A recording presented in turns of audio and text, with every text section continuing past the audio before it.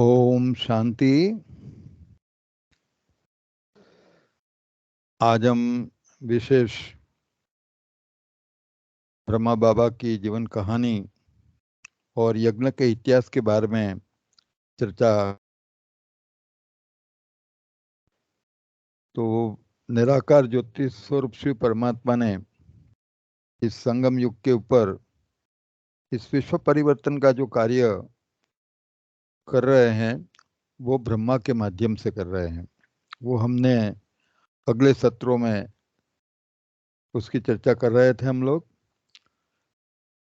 तो वास्तव में ये आत्मा जो है वो श्री कृष्ण की आत्मा है और उसके अंतिम जो जन्म में परमात्मा उनके तन में प्रवेश करके हमें पूरा ज्ञान देते हैं और एक नई दुनिया की स्थापना के लिए हम बच्चों को तैयार कर रहे हैं। तो आज ब्रह्मा बाबा की जीवन कहानी हम सुनेंगे। ये उनका 83rd बर्थ, पूरे 84 जन्म लेने वाली ये आत्मा है। ऑलराउंड पाठधारी आत्मा है श्री कृष्ण की आत्मा। और 83rd जब उसका बर्थ होता है तो वो एक उनका दादा लेखराज के रूप में उनका ये जन्म होता है। तो बाबा का जो जन्म है वो 1876 में हुआ। 1876 में बाबा का जन्म हुआ और एक बहुत ही भगवदीय परिवार हम कहेंगे उसमें बाबा का जन्म हुआ। और वल्लभाचारी जो संप्रदाय, वैष्णव संप्रदाय यहाँ पर गुजरात में भी काफ़ी हैं, तो वैष्णव संप्रदाय का परिवार था पूरा। और वल्लभाचारी उनके गुरु थे, मतलब वल्लभाचारी पंथ के थे। उनकी जो फैमिली नेम था वो कृपलानी था। उनके जो पिता थे वो एक शिक्षक थे। वैसे वो सामान्य व्यक्ति थे लेकिन शिक्षक के रूप में थे। फिर बहुत ही उनकी छोटी उम्र थी उस वक्त उन्होंने अपने माता पिता को गंवा दिया। फिर he was brought up by the uncle, मतलब मूलचंद नाम था उनका। तो उन्होंने उनको बड़ा किया और उसके बाद उनका बिजनेस था तो वो बिजनेस पे लग गए। तो उनका जो किराने का बिजनेस था तो किराने के बिजनेस में बाबा लगे। लेकिन बहुत ही बचपन से बाबा बहुत ही इंटेलिजेंट थे, बहुत ही होशियार थे। तो फिर धीरे धीरे उनको लगा कि भी इस धंधे में तो कुछ खास रखा नहीं है। तो फिर उन्होंने हीरा जवेरात का बिजनेस शुरू किया और बहुत ही प्रगति की। तो एक अच्छे दादा लेखराज उनका नाम था और लेखराज कृपलानी कहते थे उनको। तो लेखराज कृपलानी हीरे जवाहरात के एक बहुत बड़े कुशल व्यापारी भी थे। उनका जो बिजनेस था वो फिर उत्तर उत्तर उसमें बहुत बढ़ोतरी होती गई। बाबा कुछ एक उच्च कोटि के भक्त भी थे। बाबा नारायण के भक्त थे और नियमित रूप से वो गीता पढ़ते थे। और गीता पढ़े बिना वो खाना नहीं खाते थे। उनका एक व्रत था कि कहीं भी जाएं लेकिन गीता पढ़ने के बाद ही वो खाना खाते थे। तो कहीं भी यदि ट्रेन में ट्रैवलिंग करते हैं तो भी गीता का पाठ जरूर बाबा करते थे। और साथ साथ उन्होंने बहुत सारे गुरु भी किए थे और इनके घर के अंदर नियमित रूप से सत्संग भी चलता था। तो दूसरे शब्दों में बाबा जो हैं वो एक उच्च कोटि के भक्त थे। उनकी शादी जो हुई थी उनका युगल का नाम जो है यशोदा था। और उनके करीब 4-5 बच्चे भी थे बाबा के। उनके बारे में भी आगे हम बातचीत करेंगे। लेकिन यहाँ पर जो फोटो दिया है वो 1920 का है। बाबा बहुत ही, मतलब उनका बिजनेस इतना बड़ा था इसलिए बाबा बहुत रईस थे, धनवान थे।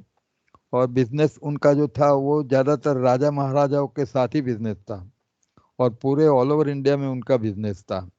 खास करके नेपाल के राजा हैं, यहाँ पर राजस्थान के कई राजा जो हैं, उस वक्त तो भारत स्वतंत्र नहीं था तो बहुत सारे राज्य थे, तो उनके साथ उनका हीरे जवाहरात का व्यापार था पूरा। बाबा की जो दुकानें थी उनका 3 स्थान पर बिजनेस था। एक तो सिंध हैदराबाद, क्योंकि उस वक्त तो सेपरेशन हुआ नहीं था तो पार्ट ऑफ इंडिया ही था पूरा जो सिंध प्रांत है। तो सिंध है जो हैदराबाद सिंध उसको बोला जाता है। तो हैदराबाद सिंध के बाबा उनका नेटिव प्लेस सिंध हैदराबाद था और वहाँ पर भी उन्होंने बिजनेस शुरू किया। फिर बाद में वो बम्बई में, आप जानते हैं कि बम्बई में बहुत बड़ा जवेरी बाजार भी है और उस जवेरी बाजार में ही बाबा की दुकान थी। फिर उन्होंने कलकत्ता में भी अपना बिजनेस शुरू किया। तो सबसे बड़ा कार्य व काम जो बाबा का था वो कलकत्ता में था। तो वहाँ पर भी बहुत ही अच्छी जगह पर मार्केट के अंदर बहुत ही मतलब महत्वपूर्ण स्थान पर उनका एक दुकान थी बाबा की। आज भी वो मकान हैं वहाँ पर, और लोग इसको याद भी करते हैं। तो ये बाबा का 3 जगह बिजनेस था, हैदराबाद में भी था, बम्बई में भी था, और कलकत्ता में भी था, और बाबा तीनों जगह रहते थे। बम्बई में बाबा का जो मकान था वो भी बहुत ही पॉश, जो मैं समझता हूँ कि बॉम्बे का सबसे कॉस्टलीस्ट एरिया है, जिसको मलबार हिल बोला जाता है। तो मलबार हिल के ऊपर बाबा का मकान था। आजकल को जितने भी हमारे जो मिनिस्टर्स वगैरह रहते हैं वो मलबार हिल के ऊपर ही रहते हैं। तो वहाँ पर एक मंदिर है जिसको बबुलनाथ का मंदिर, जिसका उल्लेख बार बार मुरलियों में भी आता है। तो बबुलनाथ के मंदिर के पास में ही बाबा का मकान था, और बाबा नियमित रूप से उस बाबुलनाथ के मंदिर में भी जाया करते थे। तो इस तरह से बाबा का एक बहुत ही धनवान व्यक्ति थे, और उच्च कोटि का उनका जीवन था। संस्कार से बाबा इतने उच्च उनके संस्कार थे, तो राजा महाराजा भी कई बार उनको कहते थे कि लखराज बाबू, आपको बाबा ने परमात्मा ने एक बिजनेसमैन बनाया है, वास्तव में तो आप राजगद्दी के पर, हम हमारा पोजीशन आपके स्थान पर होना चाहिए, आपका स्थान यहाँ होना चाहिए। मतलब बाबा के जो संस्कार थे बहुत ही रॉयल संस्कार थे, और एक भक्त भी थे, उच्च कोटि के भक्त। उनको ये लक्ष्मी नारायण के भक्त थे। तो ये जो विष्णु का जो चित्र है जिसमें वो विष्णु जो, नाग शैया के पर सोए हुए, श्रेष्ठ नाग की शैया पे सोए हुए हैं, लक्ष्मी पांव दबाती हैं, वो चित्र बाबा को बिल्कुल पसंद नहीं आता था कि ये क्या आगे इतने लक्ष्मी की इतनी महिमा और वो पांव दबा रही है। तो इस तरह से बाबा वो चित्र को इतना पसंद नहीं करते थे। लेकिन फिर भी बाबा नारायण के भक्त थे, बहुत सारे गुरु भी बाबा ने किए थे। अभी उनका जो बिजनेस तो उत्तर उत्तर है। बाबा का जो 1920 का एक फोटो है, दूसरा बाबा के जो फोटो है 1930 का फोटो है बाबा का। उसके पश्चात जब बाबा की उम्र करीब 60 साल की हुई, तो बाबा और अंतर्मुखी होते गए, बहुत अंतर्मुखी, क्योंकि उनको अंदर से कुछ ऐसा फीलिंग आने लगा कि अभी उनका बिजनेस में से मन उठ गया, और अंतर्मुखी बाबा बन करके वो हमेशा अंतर चिंतन में रहते थे। और फिर उन्होंने उनको कुछ इस तरह से एक इंस्पिरेशन मिला। उस वक्त कोई बाबा का डायरेक्ट पार्ट शुरू हो गया था ऐसी कोई बात नहीं है, लेकिन बाबा को अंदर से ही होता था कि मुझे अभी सब कुछ वाइंड अप करके मतलब भक्ति में मुझे चले जाना चाहिए।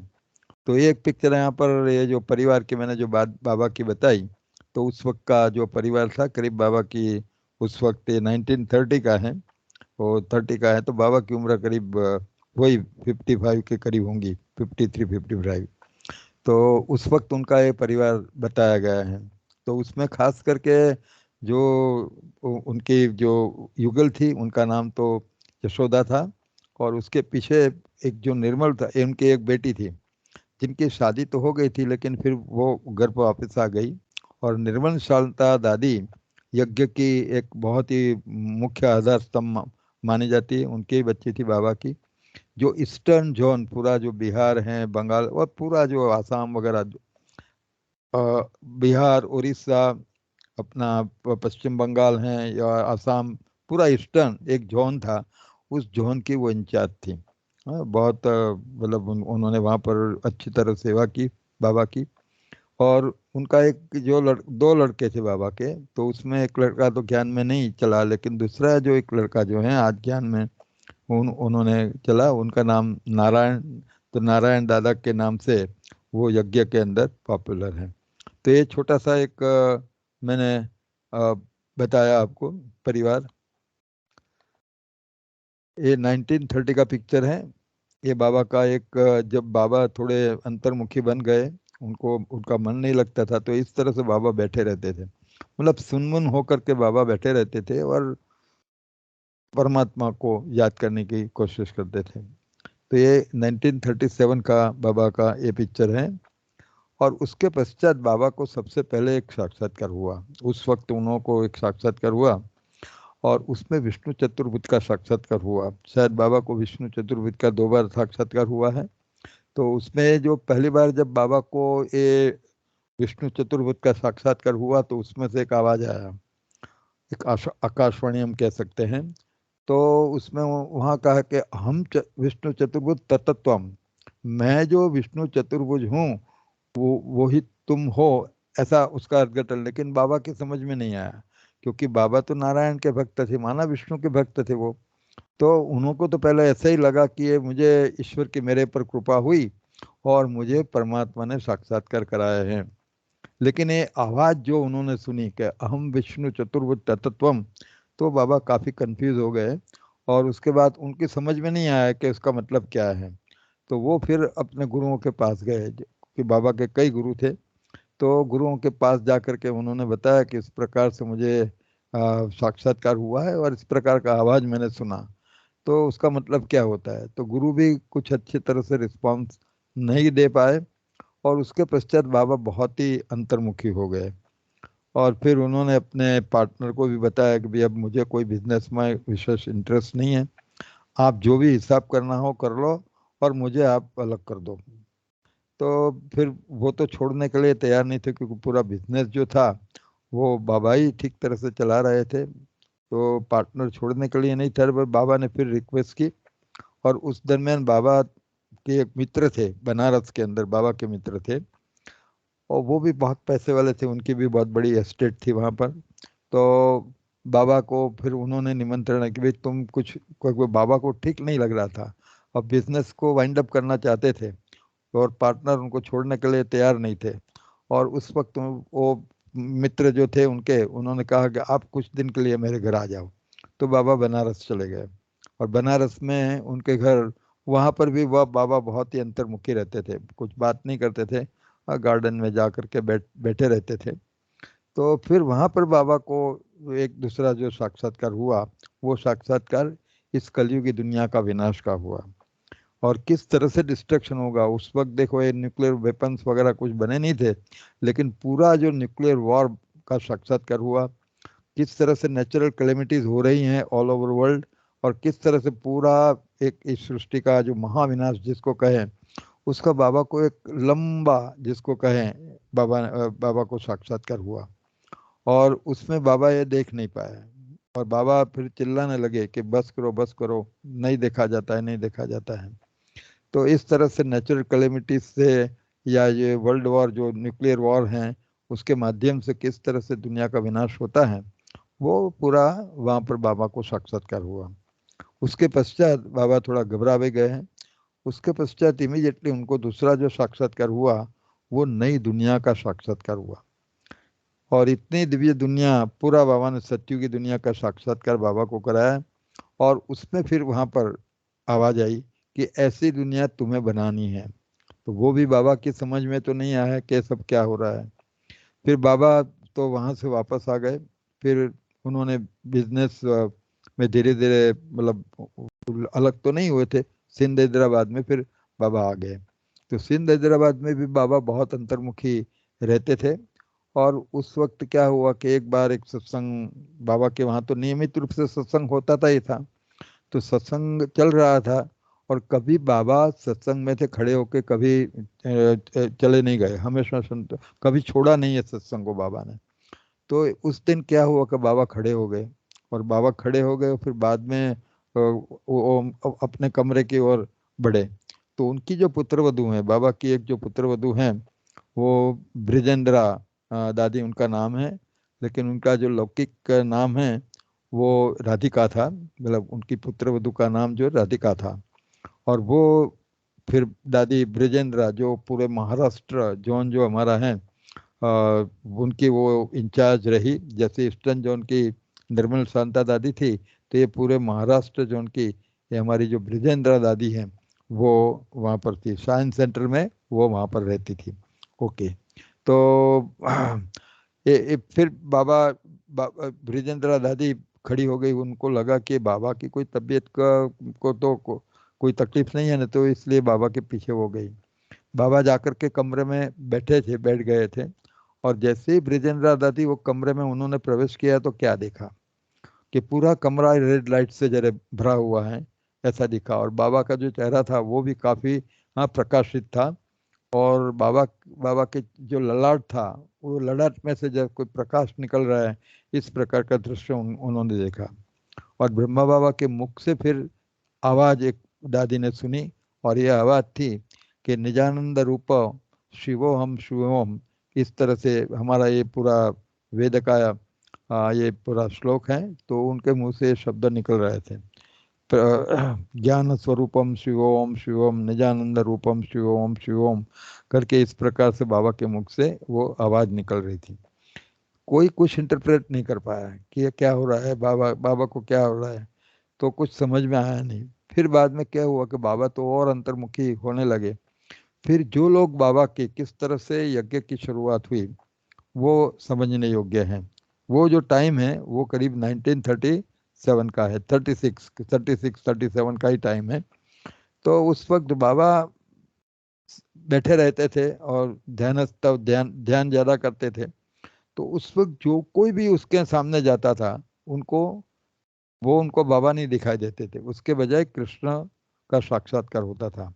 आप हमारी जो खास करके हमारी जो प्रकाशमणि दादी है, प्रकाशमणि दादी के अनुभव आप सुनो, या दूसरी भी कई दादियां हैं जो शुरू शुरू से ज्ञान में आई थी, तो उनका अनुभव सुनेंगे तो आप सुनेंगे तो वो सभी साक्षात्कार से ही ज्ञान में आई है। पारी था तो किस तरह से ये पूरी यज्ञ की शुरुआत हुई। तो यज्ञ का जो शुरुआत का जो पार्ट था ये पूरा साक्षात्कार का पार्ट था, ज्ञान नहीं था उस वक्त, कोई ज्ञान विशेष नहीं था, सिर्फ साक्षात्कार होता था। तो बाबा की जगह सब लोग कृष्ण का, और उसमें भी दादी ने तो मिचुनु कृष्ण जिसको बोलते हैं, बाल कृष्ण कहते हैं, तो मिचुनु कृष्ण का बाबा को साक्षात्कार हुआ। तो जो भी जाते थे, और कई फिर बहनें जो छोटी छोटी बच्चियां ही ज्यादा तो थी बड़ी, हाँ, तो एक दूसरों को फिर कहने लगे, तो लोग धीरे धीरे एक संगठन खड़ा हो गया। और ज्यादातर सब लोग साक्षात्कार की वजह से आते थे। फिर बाबा ने कुछ फिर ज्ञान सुनाना शुरू किया शुरू शुरू में। तो तब तक इतना क्लियर नहीं था कि ये ज्ञान कैसे आता है, कहाँ से आता है, कौन दे रहा है, कैसे दे रहा है। वो सब ऐसे साक्षात्कार में लोग आते थे बाबा के सामने। फिर बाबा के मुख से एक ज्ञान निकलने लगा, और फिर धीरे धीरे बाबा ने शिव बाबा ने प्रवेशता जो की ब्रह्मा के तन के माध्यम से, फिर बाबा ने जो ज्ञान सुना है ब्रह्मा खुद भी सुनते थे। फिर सबको ख्याल आ गया कि निराकार ज्योति स्वरूप शिव परमात्मा ब्रह्मा के तन के माध्यम से हम बच्चों को तैयार करके नई दुनिया की स्थापना करने के लिए आए हैं, स्वयं परमात्मा। तो बाबा में फिर निश्चय सबका बढ़ता गया, और फिर कन्याएं समर्पित होने लगी। और बाबा ने भी शुरू शुरू में ये जो संगठन था, पैसे तो थे बाबा के, तो उन्होंने बाबा ने हॉस्टल शुरू की। पहले तो सिंध हैदराबाद में हॉस्टल की शुरुआत की। तो ये जो 1937 का ये पिक्चर यहाँ पर है, तो उस वक्त बाबा ने हैदराबाद में ही सब बच्चों को एक हॉस्टल बना करके रखना शुरू किया। और वहां से फिर ज्ञान की शुरुआत हुई, ये शुरू शुरू की। अब ये छोटी छोटी बच्चियां घर छोड़ छोड़ करके आने लगी, तो उनके जो मदर फादर थे, तो वो उनके पेरेंट्स जो थे, वो बहुत इतना विरोध करने लगे कि भाई ये क्या हो रहा है, सब बच्चियां चली जा रही हैं, ये कोई जादू हो रहा है, क्या कर रहा है दादा। दादा के दादा लेखरा के नाम से वो प्रचलित थे। तो लोगों ने फिर पिकेटिंग करना शुरू किया। फिर एक बहुत लंबी हिस्ट्री है, मकान जलाने की भी कोशिश की थी। तो जिसका फिर उदाहरण महाभारत में जो लाक्षागृह का जो दिया जाता है, वो इसी की यादगार है। ऐसा बाबा कई बार मूल्यों में भी कहते हैं कि शुरू में पिकेटिंग भी हुआ, और काफ़ी मतलब परेशान किया। पेपर में भी बहुत उस वक्त में पेपर में भी काफ़ी बाबा को क्रिटिसाइज करने की, बहुत कलंक लगाए बाबा बाबा के ऊपर। तो ये समय की ये तो हिस्ट्री है। तो 1937 में उन्होंने एक हॉस्टल शुरू की, और बच्चियां वहाँ पर रहती थी, और फिर बाबा उनको शिक्षा देता था। तो इस तरह से एक यज्ञ की शुरुआत थी। अब उस वक्त उनका फिर नाम, क्योंकि एक ग्रुप हुआ, मंडली जैसा हो गया, तो फिर उसका नाम वो मंडली दिया गया। तो ये इंस्टीट्यूशन जो है बाबा की, ये जो कार्य की शुरुआत वो ओम मंडली से हुई। और वो ओम मंडली फिर उसका विस्तार होता गया, बहुत सारे दादियों का बहुत सारा अनुभव भी है, और कई किताबें भी उसके ऊपर छपी हुई हैं। हर दादी के अनुभव का भी एक किताब है। बाबा की जीवन कहानी की भी हिंदी में 2 भाग में जीवन को पलटाने वाली अद्भुत जीवन कहानी करके भी वो पुस्तक है। इंग्लिश में पढ़ना चाहे तो आदिदेव करके भी पुस्तक है। तो ये सब पुस्तक का मतलब आपको कोई भी वेबसाइट पे मिल जाएगा। हम जो अपनी जो स्पिरिचुअल नॉलेज डॉट नेट में भी मैंने रखा है, उसमें बुक्स के अंदर आदिदेव भी है, और ये दोनों जो पार्ट हैं जीवन को पलटाने वाली अद्भुत जीवन कहानी, वो भी आप पढ़ सकते हैं। तो ये पूरा जो फिर बाबा ने विस्तार इतना हो गया तो बाबा ने फिर शिफ्ट किया वहाँ से, और वहाँ से वो कराची में चले गए। और एक कराची के अंदर बहुत बड़ा एक मकान बाबा ने रख लिया, और वहाँ पर सब बच्चियाँ रहने लगी। कुछ भाई लोग भी उसमें जुड़ गए, उसके साथ जुड़ गए। जहाँ पर उस समय में तो बाबा का जो भतीजा था वो ही मुख्य रूप से बाबा के साथ कार्य करते थे। तो विश्व किशोर नाम था उनका, विश्व किशोर भाऊ के नाम से फिर वो काफी अपना हमारे यज्ञ के अंदर फाउंडेशन में बाबा के साथ वो थे। तो उसके पश्चात ये हमारे जो विश्व रतन दादा भी थे, विश्व रतन करके विश्व रतन हैं, विश्व किशोर भाऊ, ये सब मुख्य भाई के रूप में उस वक्त बाबा के साथ काम करते थे, और बहनों का भी ध्यान रखते थे वो लोग। तो सब जितना हम जो मैनेजमेंट है वो सब ये भाई लोग वगैरह करते थे। और ड्यूरिंग दैट टाइम ये जो मम्मा जो है, मम्मा की हिस्ट्री अलग है जिसकी मैं अभी तो डिटेल में चर्चा हम नहीं करेंगे उसकी। लेकिन मम्मा इसी तरह से मम्मा कैसे आई, तो ये तो पूरी मम्मा की अलग हिस्ट्री है। वो भी फिर बाबा के ज्ञान में आई, और फिर बाद में वो बहुत प्रभावित हो गई बाबा से भी और बाबा के ज्ञान से भी। और फिर बहुत तीव्र गति से मम्मा ने पुरुषार्थ किया, तो फिर बाबा ने उनको यज्ञ माता बना दिया। यज्ञ की पूरी मतलब वो दूसरी बहनों से उम्र में काफी कम कम थी, दादियों से भी उनकी उम्र कम थी। फिर भी बाबा ने उनको वो कलश दे दिया माता के रूप में, यज्ञ माता के रूप में। और बाबा सब कुछ समर्पित कर दिया, बाबा ने पूरी जितनी भी प्रॉपर्टी वगैरह थी बाबा ने सब कुछ समर्पित कर दिया। और कलश जो है पूरे मैनेजमेंट का वो पूरा मम्मा के ऊपर रख दिया। तो वो यज्ञ माता के रूप में फिर सब लोग उनको मम्मा कहने लगे। बाबा हिमसेल्फ, बाबा खुद मम्मा को मम्मा करके ही बुलाते थे। तो उनको एक ऐसा एक बाबा ने स्टेटस दे दिया। और उसके पश्चात वहाँ पर जो कराची के अंदर उन्होंने बहुत लंबे समय तक रहे, उनको बाहर नहीं जाने दिया जाता था। मैंने ऐसा सुना है कि ये बहनें जो थी उनको करेंसी का भी पता नहीं था, लेकिन फिर भी बाबा ने उनकी पढ़ाई के लिए अंदर ही स्कूल खोल दिया था। तो उनको कुछ लौकिक भी पढ़ाई वहाँ पर पढ़ाई जाती थी। तो ये जो हॉस्टल के अंदर जो कन्याएं उस वक्त रहती थी, उस समय के सब फोटोग्राफ से आप देख सकते हैं कि किस तरह से बाबा के साथ ये बच्चियां सब रहती थी वहाँ पर। और ये तो सभी जो बहनें दिख रही हैं तो बड़ी बड़ी दादियाँ होकर के उन्होंने काफी विश्व सेवा की है। तो ये 1939 से लेकर 1939 और ये 1940 का एक पिक्चर है। वहाँ क्लिफ्टन करके एक जगह है कराची के अंदर, बहुत पॉपुलर जगह है। वहाँ पर भी बाबा बार बार बच्चियों को घुमाने के लिए ले जाते थे, और इस तरह से कुछ पिक्चर्स भी आप देख सकते हैं। और उसके पश्चात उन्होंने करीब 14 इयर्स तक, देखो बाबा का ये जो कार्य है इतना साउंड क्यों है, उसका कारण ये है कि 14 इयर्स 1936 से लेकर 1950 तक बाबा ने कोई विशेष ईश्वरीय सेवा माटे के लिए कहीं किसी को भेजा नहीं था। और एक ही स्थान पर रह करके, खास विशेष रूप से कराची में रह करके उन्होंने बहुत तपस्या की, बहुत सभी बहनों को इतनी तपस्या करवाई और इतना साउंड बना दिया। फिर 1950 में 47 में पार्टीशन हो गया। 47 में जब पार्टीशन हुआ तो ये बहनों के जितने भी रिलेटिव्स वगैरह थे, सभी ज़्यादातर आप जानते हैं कि जितनी पूरी सिंधी कम्युनिटी जो है वो फिर माइग्रेट हो गई, सब लोग इंडिया में आ गए। और बहुत उन लोगों ने भी कहा, काफ़ी लोग तो मुंबई में भी सेट हो गए, गुजरात में भी सेट हुए। ऑल ओवर इंडिया में वो लोग सेट हुए, कई तो विदेश भी चले गए। लेकिन उस वक्त तक इन लोगों ने बहुत इंसिस्ट किया कि आप भी चलो, आप भी चलो। लेकिन वहाँ के लोगों ने उनको आने नहीं दिया। वहाँ वहाँ पर ये इंस्टीट्यूशन की इतनी अच्छी इम्प्रेशन थी वो मंडली की, कि वहाँ के जो मुस्लिम भाई थे उन्होंने भी कहा कि आप बिल्कुल फिक्र मत करो, आप अपनी एक्टिविटी यहाँ पर चालू रखो, हम तुम्हारे साथ हैं, तो आप सुरक्षित हो। तो उनको तसल्ली भी दी। तो बाबा ने सोचा कि ठीक है, अभी तो यहीं रहते हैं। तो बाबा करीब 19 मतलब 3 साल तक हम कहेंगे वो पाकिस्तान में ही रहे। पाकिस्तान में ही मतलब एक्टिविटी चल रही थी। उसके पश्चात बहुत लोगों ने कहा कि भाई, अभी बाबा को भी लगा कि अभी सेवा का विस्तार तो करना ही है। तो फिर उन्होंने डिसीजन ले लिया, 1950 में उन्होंने डिसीजन लिया कि अभी हमें इंडिया जाना चाहिए। कहाँ फिर मतलब कहाँ कर, तो पहले तो अहमदाबाद का उन लोगों ने सोचा कि अहमदाबाद विल बी नाइस। फिर बाद में, अभी उतना बड़ा स्थान, इतनी सारी बहनें, करीब 350-400 भाई बहन थे।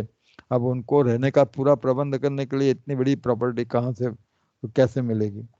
तो फिर किसी ने सजेस्ट किया होगा कि भाई आफ्टर इंडिपेंडेंस, ये माउंट आबू में क्या था कि माउंट आबू में जितने भी राजा महाराजे थे राजस्थान के और दूसरे, तो उन उन लोगों की कोठियां बहुत थी माउंट आबू में, क्योंकि जब समर आता था तो ये राजा महाराजे सब माउंट आबू में कुछ समर व्यतीत करने के लिए जाते थे। तो बड़ी बड़ी कोठियां थी वहां पर। तो फिर बाद में किसी ने कहा होगा उनको, सलाह दी कि आप माउंट आबू में चला जाइए, आपके लिए साधना के लिए भी अच्छा स्थान है, और आपको वहां पर मकान मिल जाएंगे, क्योंकि आफ्टर इंडिपेंडेंस तो राजाओं की राजा ही चली गई। तो कई जो कोठियां थी, कई तो होटल में परिवर्तन कर दिया, और कई बेचने के लिए भी थी। तो एक ब्रिज कोठी बाबा ने खरीद ली, मतलब उस वक्त रखा। और बाद में वहाँ पर हमारी एक्टिविटी शुरू हुई। वो टाइम था 1950 का। 1950 में वो लोग ओखा बंदर से आए। और तो ये ट्रेन का जो पिक्चर है 1950 का है, वो ओखा से फिर वो ट्रेन में माउंट आबू गए। तो इस तरह से बाबा का 1950 में पूरे वो मंडली की जितनी भी बहनें थी, वो उनके साथ वो इंडिया में यहाँ पर आ गए। और उसके पश्चात तो बाबा का ऑफिशियल जो वर्क था वो चला। बाबा 1950 में आए, तो शुरू में तो उन लोगों का पुरुषार्थ जो था वो चला। उसमें भी काफ़ी लंबी हिस्ट्री है, हम इसके विस्तार में भी नहीं जाएंगे। लेकिन एक कुछ बाबा के 1951, 52, उसके बाद में बाबा ने ब्रज कोठी को छोड़ दिया। फिर एक कोटा हाउस करके था, वो कोटा हाउस में बाबा चले गए करीब 1955 के करीब। और उसके पश्चात जो पांडव भवन, जो आज भी हमारा हेड क्वार्टर है, जहाँ बाबा ने पूरा फिर अपना जीवन व्यतीत किया, वो पांडव भवन में बाबा करीब 1959 के अंदर आए। तो ये कुछ पांडव भवन के यहाँ पर फोटो आपको बताया गया है। बाबा ने खरीद ली वो जगह, और उसके अंदर फिर ओपन लैंड भी था। और पुराने जो मकान थे, जिसमें बाबा तो लास्ट टाइम तक वही मकान में रहे। तो बाबा का जो कमरा था वो भी वही पुराना मकान में ही था। तो जैसे जो मिट्टी की टाइल्स होती हैं, छत के ऊपर वही लगी रहती थी। तो फिर बाबा ने जो ओपन लैंड थी वहाँ पर फिर मकान, काफ़ी मकान बनाना शुरू किया। एरोप्लेन हाउस भी है, काफ़ी बिल्डिंग्स हैं। तो ये कुछ पिक्चर्स आप देख सकते हैं। तो इस तरह से पूरे यज्ञ की स्थापना हुई। 59 के भी पिक्चर है, 60 के भी बाबा के पिक्चर्स यहाँ पर आप देख सकते हैं। और इस तरह से बाबा ने फिर बहनों को भेज दिया। वैसे ही 1950 में बाबा यहाँ पर आ गए। उसके पश्चात बाबा ने सेवा की शुरुआत की। तो सबसे पहले तो बाबा ने बम्बई और दिल्ली से शुरुआत की। तो कुछ बहनों को दिल्ली में भी भेज दिया। तो हमारी गुलजार जो दादी हैं, शुरू में तो मनोहर दादी भी, वो सब लोग पहले दिल्ली की साइड पे चले गए। और इधर बम्बई की साइड पे हमारी दादी प्रकाश मणि को भेजा। तो दादी प्रकाश मणि ने बम्बई में आकर के फिर कुछ सेवा की। तो ये 1955 के अंदर बम्बई में बहुत अच्छी सेवा हुई। कानपुर में भी शुरुआत में काफ़ी अच्छी सेवा हुई। तो जो बिल्कुल बिगिनिंग में जो सेवा हुई उसमें ये तीन जो शहर है, बम्बई है, दिल्ली है और कानपुर। और कानपुर में भी 3-4 भाई और कई फैमिलीज जो हैं वो कानपुर में। आज तो इवन हमारी जो आशा बहन है जो दिल्ली की अभी इंचार्ज कहो, या तो हमारी जो रिट्रीट सेंटर है बड़ा वहाँ पर मानेसर में, गुड़गांव में, तो वो उनके इंचार्ज हैं अभी। तो वो भी कानपुर से निकली है, लंबी हिस्ट्री है। तो ये सभी जो ये पूरा विस्तार हुआ वहाँ पर, तो ये 3 शहरों से शुरुआत हुई। उसके पश्चात तो हमारी चंद्रमणि दादी जो हैं उनको पंजाब में भेज दिया। तो उन्होंने पंजाब में पूरा, एक तो नॉर्दर्न रीजन जो है, कश्मीर है, जम्मू कश्मीर, पंजाब है, हिमाचल है। हाँ, उस वक्त तो पंजाब एक ही था, अभी तो हरियाणा और हरियाणा पंजाब। तो फिर वो हरियाणा, पंजाब, जम्मू कश्मीर, हिमाचल, ये जो एरिया है, उन सभी एरिया की वो इंचार्ज रही। उनकी बहन थी, एक बहन थी, उनको भेज दिया कर्नाटक में, बेंगलोर में। अब आप देख सकते हैं कि बेंगलोर की सेवा नंबर 1 सेवा है, क्योंकि जितने सेंटर्स कर्नाटक राज्य में उतने कहीं भी नहीं है, सबसे ज़्यादा सेवा कर्नाटक में हुई है। और उसमें चंद्रमणि दादी की जो बहन थी, हाँ, हृदय पुष्पा नाम था।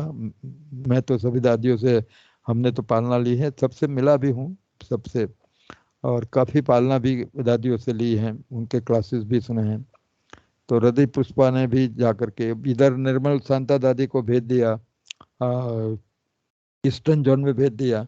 तो इस तरह से एक रोजी बहन करके थी, उनको बिल्कुल मद्रास में, उस वक्त तो नाम मद्रास था, तो अभी तो चेन्नई है, तो चेन्नई में भेज दिया और वहाँ पर उन्होंने काफ़ी सेवा की। तो इस तरह से बहनों को बाबा ने भेज दिया, जिन बहनों ने बाहर की दुनिया का कुछ पता ही नहीं है, और बाबा ने बस ऐसे ही भेज दिया। और फिर हर एक के जो अनुभव है, एक एक अनुभव को किस तरह से श्री बाबा ने उनके माध्यम से कैसे सेवाएं की, और बहनों खुद को वर्णन लगता है कि कैसे बाबा ने हमको सहयोग दिया, सपोर्ट किया, ऑल द टाइम हमारा ध्यान भी रखा बाबा ने। और किस तरह से हर एक की अपनी अपनी लंबी लंबी हिस्ट्रियाँ हैं। इसलिए उसकी किताब बनी है, बहुत अच्छी किताब बनी है, जिसमें ये जो हमारी सीनियर जितनी दादियाँ हैं, उन्होंने अपने जीवन का सब अनुभव उस किताब के अंदर लिखा हुआ है। तो इस तरह से फिर तो यज्ञ का विस्तार हुआ। और फिर बाबा का जो ऑफिशियल जो कार्य है, वो हम मैं मानता हूँ कि 1955-60 के बीच के अंदर शुरू हुआ, जिसमें नियमित रूप से ऑफिशियली, क्योंकि पांडव भवन में उस वक्त ये बाबा का जो कार्य है 19 वो लोग 59 के करीब आए, तो वहाँ हिस्ट्री हॉल बनाया बाबा ने। और हिस्ट्री हॉल में फिर नियमित रूप से क्लासेस चलने लगे, मॉर्निंग क्लास, इवनिंग क्लास। तो बाबा की जो वाणियाँ हैं वो करीब 10 साल की, मैं कहूँगा 59 से लेकर के 69 तक जो साकार वाणियाँ हैं वो बिल्कुल ऑफिशियल वाणियाँ हैं। नियमित रूप से बाबा मॉर्निंग क्लास में आकर के बैठ जाते थे संलीप पर। और कैसेट, आप जानते हैं कि एक कैसेट भी बजती थी, जिसके आज वो मुरली के गीतों से वो पॉपुलर है। और फिर बाद में बाबा की वाणी शुरू होती थी। अ, और इस तरह से ऑफिशियल बाबा का कार्य शुरू हुआ। और उसमें भी 1955 के बाद तो बाबा की अवस्था भी इतनी ऊपर चली गई। तो ये 55 के आसपास की जो वाणियाँ अप टू 69, वो वाणियाँ जो साकार वाणी हैं, वो वाणी बहुत महत्वपूर्ण है। और मैंने जो सुना है, मेरे पास जो इंफॉर्मेशन है, कि अभी जो साकार वाणी हम सुन रहे हैं वो करीब 5 साल की वाणी है, 5 ईयर्स, और वो रिपीट की जाती है 5 साल की। तो वो जो पीरियड है वो करीब यही है, 64 से लेकर के 69 के करीब, मतलब 60 और 69 के बीच की जो साकार वाणी बाबा की है, वही जनरली यहाँ पर हम जो डेली पढ़ते हैं मुरली, वो मुरलियाँ उसी समय की ये मुरलियाँ हैं। मैं समझता हूँ कि इतना आज के लिए पर्याप्त है। फिर आपके जितने भी कोई क्वेश्चन आंसर हो तो कर सकते।